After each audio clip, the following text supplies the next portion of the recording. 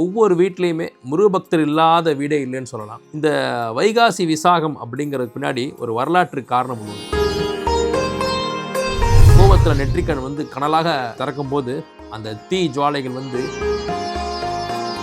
அதனாலதான் முருகன் கார்த்திகை பெண்கள் வளர்க்கப்பட்டவர் அப்படின்ற அந்த ஒரு வரலாறு. வைகாசி மாசத்துல வரக்கூடிய பௌர்ணமி தீதியில் அந்த விசாக நட்சத்திரம் ஒன்று கூடி வரக்கூடிய நாளில் வைகாசி விசாகம் அப்படிங்கிற அந்த பெருவிழாவை நம்ம உலகம் முழுக்க முருகனுடைய ஒரு பிறந்த தினமாகவே நம்ம கொண்டாடுறோம். கிருத்திகை நட்சத்திர ஆண்கள் பெண்களுக்கு கண்டிப்பாக தாய் தந்தையரை பிரிந்து இருந்த ஒரு அனுபவமோ தாய் தந்தையருடைய பாசம் கிடைக்காத ஒரு மன போராட்டமோ கண்டிப்பா இருக்குதுங்க. தாய் பிள்ளையிடம் கேட்டா பிள்ளை மறுக்க முடியாது. அதுவும் இந்த வைகாசி விசாகத்தன்று தூய்மையான பசும்பாலை கொண்டு போய் நீங்க படைக்கும் போது அந்த இடத்துல ஒரு தாய் மகனுடைய ஒரு உறவு ஏற்பட்டது.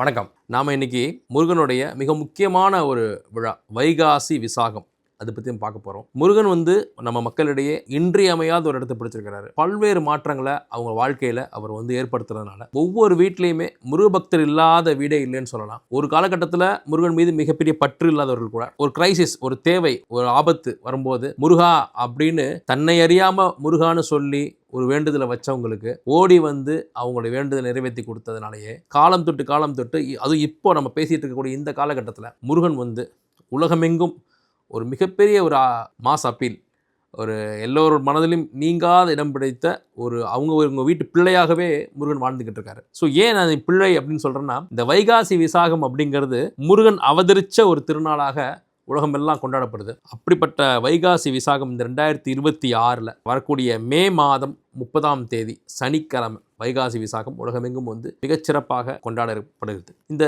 வைகாசி விசாகம் அப்படிங்கிறதுக்கு பின்னாடி ஒரு வரலாற்று காரணம் ஒன்று உண்டு. சிவபெருமான் தன்னை நோக்கி கடும் தவம் இருந்து தன்னை வணங்கி வழிபடக்கூடிய யாராக இருந்தாலும் அவங்களுக்கு வேண்டிய வரத்தை கொடுக்கக்கூடிய இடத்துல இருக்கிறார். இப்போ சூரபத்மன் அப்படின்னு ஒரு அரக்கன், ஒரு அரசன் அப்படி கூட வச்சுக்கலாம். சிவனை நோக்கி கடுந்தவும் இருந்து ஒரு வரம் பெறுகிறார். அதாவது எப்படின்னா, ஒரு தாயின் கருவிலிருந்து உயிர் பெறாத ஒருத்தன், ஆனால் அதே சமயத்தில் சிவனும் சக்தியும் இருவருடைய பலமும் பொருந்திய ஒருத்தன் தான் என்னை கொல்லணும் அப்படின்னு ஒரு வரம் வாங்குறார். இது எப்படின்னா, கிட்டத்தட்ட எனக்கு மரணமே இல்லாத ஒரு வாழ்க்கையை கொடுங்கன்னு கேட்கறதுக்கு ஒப்பான ஒரு வரம் இது. தாயின் கருவிலிருந்து பிறந்தவன் இல்லை அப்படின்னா நாம எல்லோருமே ஒரு தாயின் கருவிலிருந்து உயிர் பெற்றவர்கள் தான். அப்போ மனுஷனா பிறந்த யாரும் அவரை வதம் செய்ய முடியாதுன்னு அர்த்தம். சிவன் சக்தி இருவருடைய அந்த பலமும் பொருந்திய ஒருத்தன் பிறக்கணும்னா இருக்கணும் அப்படின்னா அது வரைக்கும் இல்லை. அவர் கேட்குற வரைக்கும் சிவனோட சக்தி இருவரும், அந்த தாய் தந்தை இருவருடைய சக்தியும் பொருந்திய ஒருத்தன் இல்லை. அப்போ என்னை கொள்பவன் இன்னும் பிறக்கவில்லை, இனிமேலும் பிறக்கப் போவதில்லை அப்படிங்கிற அர்த்தத்தில் தான் அந்த சூரபத்மன் அப்படின்ற அரக்கன்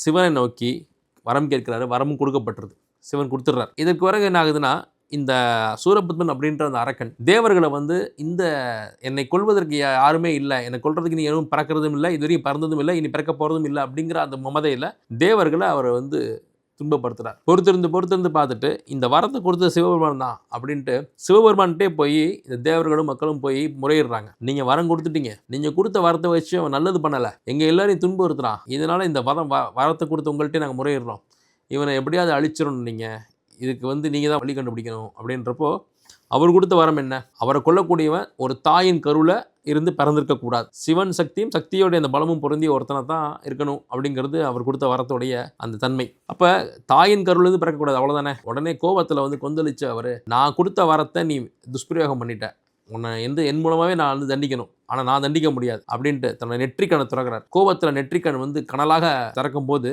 தீக்கதிர் அந்த சரவண பொய்கையில் இருக்கக்கூடிய அந்த 6 தாமரை மலர்களில் 6 பகுதிகளாக அந்த தாமரையில் போய் விழுந்துருது. அந்த 6 தாமரை இலைகளில் இருக்கக்கூடிய அந்த 6 பகுதிகள் சிவனுடைய அந்த தீப்பிழம்புகள் 6 உருவங்களாக 6 குழந்தைகளாக உருவெடுக்குது. இந்த 6 குழந்தைகளையும் வளர்க்கக்கூடிய பொறுப்பை அங்கே இருக்கக்கூடிய கார்த்திகை பெண்களிடம் சிவபெருமான் ஒப்படைக்கிறார். அந்த பொறுப்பை அந்த 6 குழந்தைகளும் வளர்க்கப்படுது கார்த்திகை பெண்கள்கிட்ட. அதனால தான் முருகன் கார்த்திகை பெண்கள் வளர்க்கப்பட்டவர் அப்படின்ற அந்த ஒரு வரலாறு. இந்த 6 பேரையும் இப்போ பார்வதி தேவி என்ன பண்றாங்க, 6 பேரையும் ஒன்றிணைத்து 6 முகங்கள் கொண்ட ஒருத்தராகவும், 6 பேர் அப்படின்னா 6 முகம், அப்போ ஒவ்வொருத்தருக்கும் 2 கைன்றப்போ 6 2 12 கரங்கள் கொண்ட ஒரு உருவமாகவும் உருவாக்குறாங்க. அதே போல் தன்னோட சக்தியெல்லாம் வச்சு அவங்க அந்த 6 முகன் 12 கரங்கொண்ட ஒருத்தரை உருவாக்கிட்டாங்க. அப்புறம் பார்வதி தேவி தன்னுடைய சக்தியோட ஒரு வெளிப்பாடாக ஒரு வேல் ஒன்று உருவாக்கி அந்த வேலையே அந்த முருகனுக்கு வந்து ஆயுதமாக கொடுத்து, இப்போ சிவனுடைய அந்த தீப்பிழம்புல இருந்து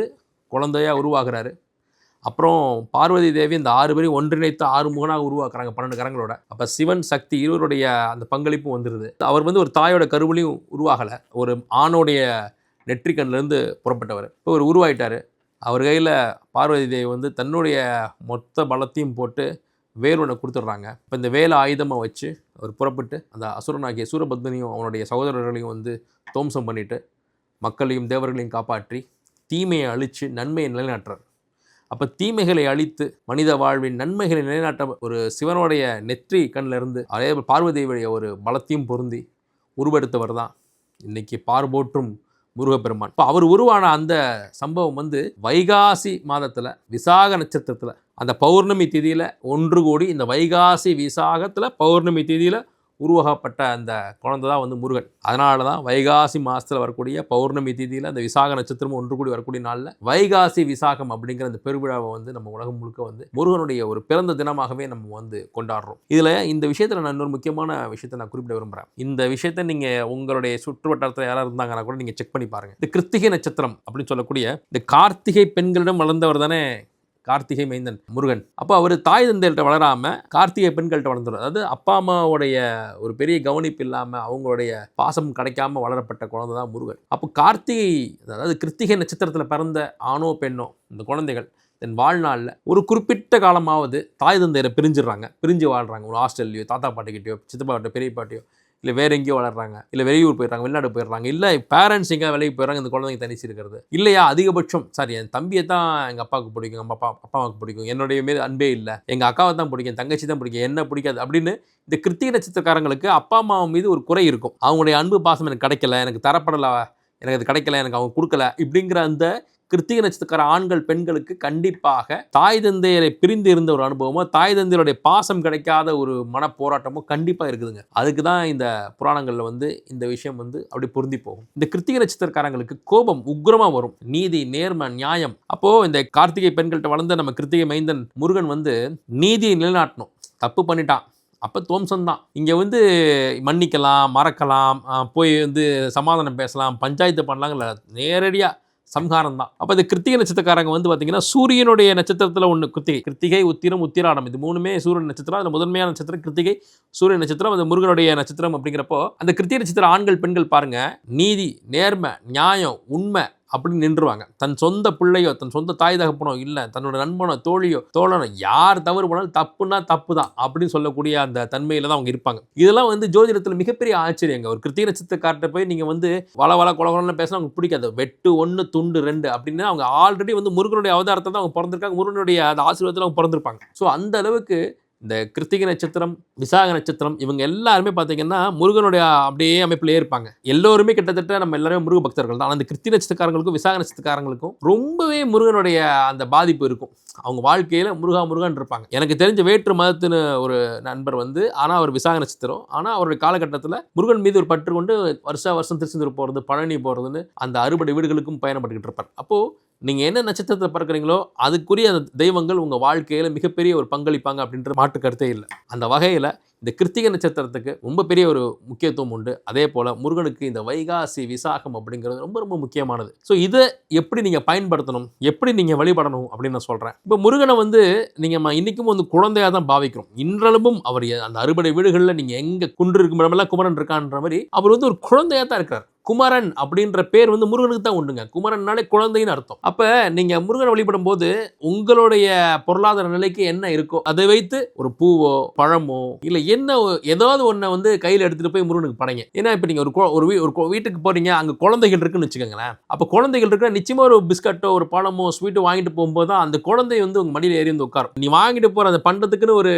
சந்தோஷத்தை காட்டும் தெரியுமா அந்த குழந்தை. அது போல தான் முருகனும். நீங்கள் மற்ற தெய்வங்களை எப்படி போய் பார்க்குறீங்களோ முருகனை போய் பார்க்கணும் முடிவு பண்ணிட்டீங்கன்னா உங்கள் சக்திக்கு உட்பட்டு எதையாவது எடுத்துகிட்டு போயிருங்க. அப்போ அந்த முருகனுடைய மனம் குளிரும்.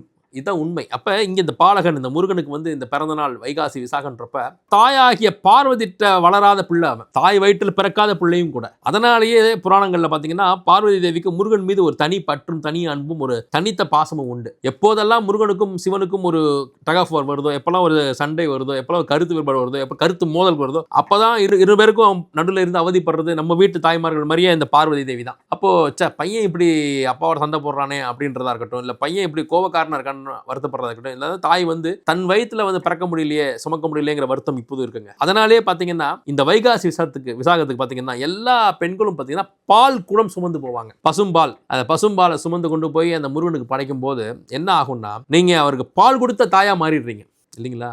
எனக்கு பால் கொடுத்த தாயாராக நீங்கள் மாறும்போது நீங்கள் முருகனுக்கு ஒரு தாய் ஸ்தானத்துக்கு ஆனவுடனே, அவன் உங்களுக்கு பிள்ளை ஸ்தானத்துக்கு ஆனவுடனே, ஒரு தாயாக நீங்கள் அவர்கிட்ட கேட்கக்கூடிய எதுக்கும் ஒரு பிள்ளையாக அவர் மறுக்கவே முடியாது இல்லையா. ஒரு தாய் பிள்ளையிடம் கேட்டால் பிள்ளை மறுக்க முடியாது. அப்போ நீங்கள் பாலை வந்து படைத்து முருகனை வழிபட்டு முருகன்ட்டு நீங்கள் வேண்டுதல் வைக்கும்போது, அதுவும் இந்த வைகாசி விசாகத்தன்று ஒரு சொம்பளவு ஒரு பசும்பால், ஒரு தூய்மையான பசும்பாலை கொண்டு போய் நீங்கள் படைக்கும் போது அந்த இடத்துல ஒரு தாய் மகனுடைய ஒரு உறவு ஏற்பட்டுருங்க. நீங்கள் ஆணாகவே இருந்தாலும் ஒரு ஆணும் ஒரு தாய் மாணவனாக மாற முடியும் இல்லையா, ஒரு பாலை கொடுத்து நீங்கள் வந்து வழிபடும் போது. அப்போது இந்த ஒரு நன்னாளில் முருகனை வந்து நீங்கள் பாலை கொடுத்து குளிர்வித்து அவனுக்காக நீங்கள் ஒரு விஷயத்தை செய்யும்போது, அந்த நொடியில் நீங்கள் வேண்டும் போது நிச்சயமாக இதுதாங்க அந்த தருணம், அந்த முகூர்த்தம், இந்த நாள் நல்ல நாள், நேரம் காலம் பார்த்து நம்ம வேண்டணும். இப்படி வேண்டும் போது, விசாக நட்சத்திரத்தை வேண்டும் போது, வைகாசி விசாகத்தை வேண்டும் போது உங்களுடைய வேண்டுதல் எல்லாமே நிச்சயமாக நிறைவேறும். அவர் நிறைவேற்றி தருவார். இதெல்லாமே நம்பிக்கை சார்ந்தது தான் சார். நம்ம எந்த ஒரு விஷயத்தையும் நீங்கள் நம்பிக்கையோடு செய்யும் போது அது நடக்கும். இது வந்து உண்மையா பொய்யா, இதெல்லாம் மூட நம்பிக்கை அப்படின்னு நீங்கள் நினைக்கிறவங்க நினச்சிக்கிட்டே தான் இருக்கிறாங்க. ஆனால் ஒரு விஷயம், இன்னைக்கு வைகாசி விசாகத்தில் வந்து நீங்கள் போய் பாருங்கள், ஒவ்வொரு முருகன் கோயில், ஒவ்வொரு சிவாலயத்திலும் கூட்டம் நிரம்பி வழியுதுங்க. அப்போது இத்தனை காலம் தொன்று தொட்டு நடக்குது அப்படின்னாலே அங்கே பலன் அடைந்தவர் இருக்கிறாங்கன்னு தான் அர்த்தம். நீங்கள் ரேஷனல் திங்கிங்னு சொன்னீங்கன்னா ஒவ்வொருத்தரும் பலன் அடைஞ்சிருக்காங்க. பலன் அடைஞ்சதுனால நன்றி தெரிவித்து அது காலமாக தொன்று தொட்டு தொடர்ந்து பழக்கமாக வருது. அப்போ அதை செஞ்சு பாருங்கள், நிச்சயமாக வெற்றி கிடைக்கும். அப்போ இந்த வைகாசி விசாகம்ன்றது மே மாதம் 30ஆம் தேதி சனிக்கிழமை அன்றைக்கி வருது. அதே போல் அந்த பௌர்ணமி திதியும் ஒட்டி வருது. அப்போது அன்றைக்கி வந்து முழுமையாக நீங்கள் விரதம் இருந்து மே 29 நீங்கள் விரதம் இருக்கலாம். பௌர்ணமி திதி, விசாக நட்சத்திரம் இது எல்லாத்தையும் நீங்கள் பண்ணும்போது அந்த விரதம் 29 30ஆம் தேதி வரைக்கும், சில 31 வரைக்கும் கூட இருப்பாங்க, மதியம் வரைக்கும் கூட இருப்பாங்க. அந்த பௌர்ணமி திதியும் விசாக நட்சத்திரத்தையும் அது எல்லாத்தையும் வந்து ஒரு சேர அமைச்சு அந்த 29 31 வரைக்கும் விரதம் இருப்பாங்க. இல்லை 29 31 வரைக்கும் உங்களால் எவ்வளோ நேரம் வந்து விரதம் இருக்க முடியுதோ விரதம் இருந்து போய் முருகனை தரிசிக்கணும். மே 29 திதியை ஆரம்பித்து அந்த 30 31 வரைக்கும் அந்த விசாக நட்சத்திரமும் திதியும் வந்து ஒன்று கூடி வரும்போது இந்த மே 29 30 31 இந்த 3 நாட்களில் நீங்கள் விரதம் இருந்து அந்த மே 30ஆம் தேதி அந்த மதியானம் ஒரு 2 மணிக்குள்ளே நீங்கள் போய் முருகனை வந்து பால் குடம் எடுத்துகிட்டு போய் நீங்கள் தரிசித்து உங்களை வேண்டுதல் வச்சுட்டு வந்தீங்கன்னா நிச்சயமாக வெற்றி கிடைக்கும். கோயிலுக்கு போக முடியலைன்னா கூட உங்கள் வீட்டில் உங்கள் பூஜை அறையில், வெளிநாட்டில் இருக்கவங்க கூட சொல்கிறேன், இல்லை உள்ளூரில் இருந்துக்கிட்டுமே போக முடியாத சூழல் இருக்கவங்க முழுமையாக விரதம் இருந்து ஒரு சனிக்கிழமை காலையிலேருந்து மத்தியானம் வரைக்கும், மே 30 விசாக நட்சத்திரம் அப்புறப்போ நீங்கள் காலையில் ஏர்லி மார்னிங்லேருந்து மத்தியானம் 2 மணி வரைக்கும் கூட ஒரு விரதம் இருந்து ஒரு உங்கள் வீட்டு பூஜை அறையில் சாமி கும்பிட்ற இடத்துல ஒரு சொம்பு நிறையா ஒரு பால், ஒரு டம்ளர் அளவு பால், உங்களுடைய வசதிக்குட்பட்டு நீங்கள் என்ன செய்கிறீங்கன்ற முக்கியங்களா, அது எப்படி ஆத்மார்த்தமாக செய்கிறீங்கன்றதான் முக்கியம். கடமைக்கு செய்கிறது வேறு, பக்தியோடு செய்கிறது வேறு. பக்தியோடு நீங்கள் ஒரு சின்ன ஒரு 1/4 லிட்டர் பால் வச்சாலும் அது ஒரு குடம் நீர், ஒரு குடம் பாலுக்கு சமம் இல்லைங்களா. ஸோ அந்த பாலை வைத்து வேண்டிட்டு அதையே நீங்கள் தீர்த்தமாக பருகலாம். அதன் பிறகு நீங்கள் விரதம் விட்டு நீங்கள் வந்து உங்கள் வேண்டுதலை வந்து நிறைவேற்ற முடியும். இந்த வேண்டுதலை வச்சுட்டு அதுக்கப்புறமா உங்களுடைய அன்றாட பணிகளை செய்யுங்க. உங்களுடைய உழைப்பை வந்து மேற்கொள்ளுங்கள். உங்கள் உழைப்புக்கும் உங்கள் முயற்சிக்கும் உங்களுடைய வேண்டுதலுக்கும் நிச்சயமாக நீங்கள் கேட்டதெல்லாம் அந்த முருகப்பெருமான் இந்த வைகாசி விசாகத்தன்று நீங்கள் வைத்த வேண்டுதலை நிறைவேற்றி கொடுப்பார். எல்லோருக்கும் முருகப்பெருமானுடைய அருள் நீடித்து கிடைக்கும்னு வேண்டிக்கிறேன். நன்றி.